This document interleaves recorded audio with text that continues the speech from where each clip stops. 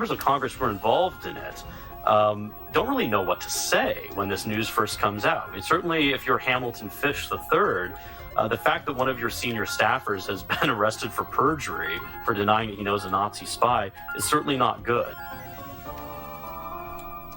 It really wasn't a good moment for Congressman Hamilton Fish. There's a national uproar. The implications of what George Hill was involved in, what Congressman Fish's office was up to, what George Hill was lying to investigators about, who he might be lying to protect. It was just a shocking thing. Ham Fish decided to push back against it all with 100% defiance.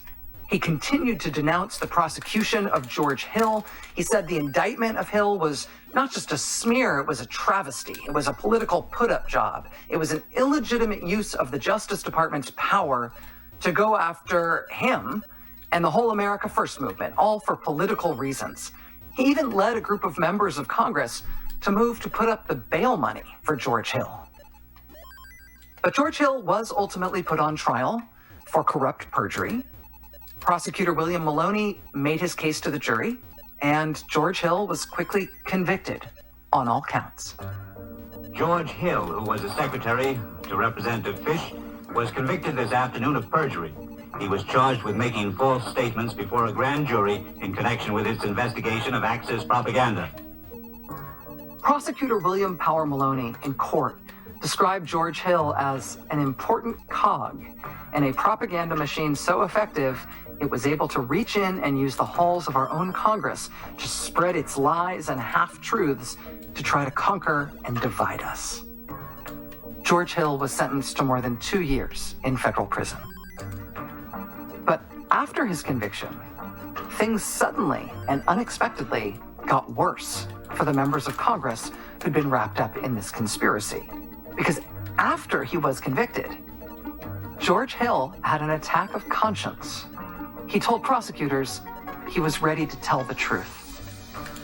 He told them that when he'd been questioned by one Justice Department prosecutor, quote, "The main thing I recall was that he reminded me I was an American citizen. That worked on my mind. And a couple of days later, I decided I would tell the truth." Upon further questioning, Hill pretty much gives up the game as to what happened.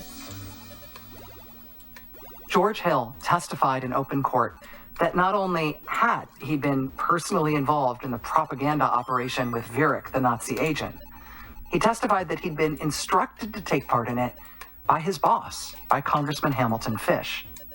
He explained that Congressman Fish had introduced him to Viereck.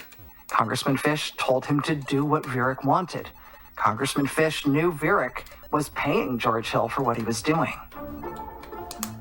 Members of Congress who had been involved in this mess, they had maybe thought they could save themselves by somehow rallying behind George Hill, by saying the case against George Hill was a big put-up job, a big hoax. That was no longer going to work. Not with George Hill now telling the truth. All of them who had been in on this thing, they knew they were now in the crosshairs of this investigation which now had a star cooperating witness who knew everything. What were they going to do? This is a moment of great political danger, I think, for these men. That's next.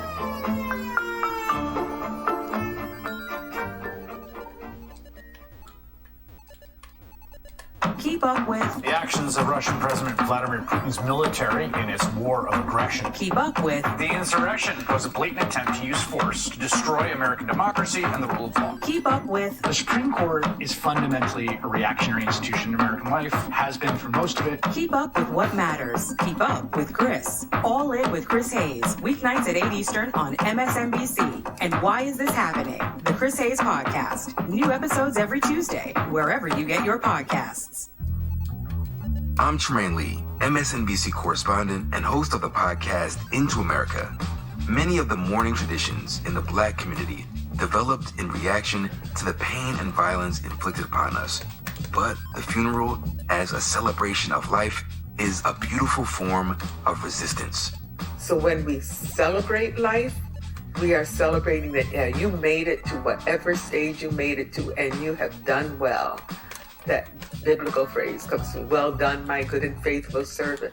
Well, in the Black community, well done means you made it this far, brother. Good for you. This week, the deeply rooted traditions around death and mourning in Black America. Listen now and follow wherever you get your podcasts.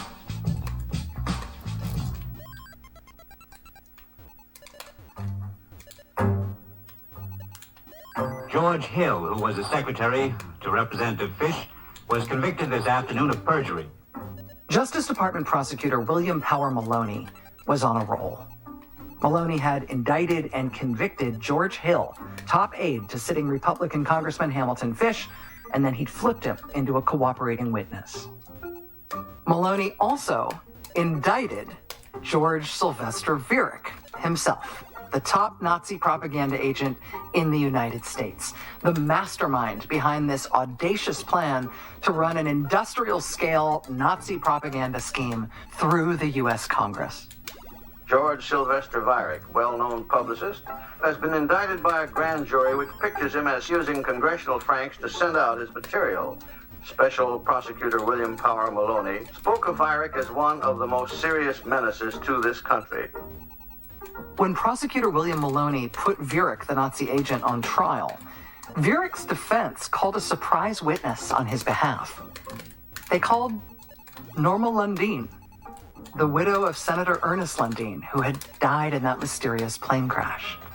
I am the widow of Ernest Lundeen, United States Senator from Minnesota, who was killed in an airplane crash on August 31st, 1940. Norma Lundeen told the jury that Viereck, this Nazi agent, had never seemed all that un-American to her. She was asked by prosecutors to produce the file of correspondence between Viereck and her late husband, the one she had flown across the country to take out of her husband's Senate office less than 48 hours after he died. She replied calmly from the witness stand that while, yes, she had taken that file, it was gone now.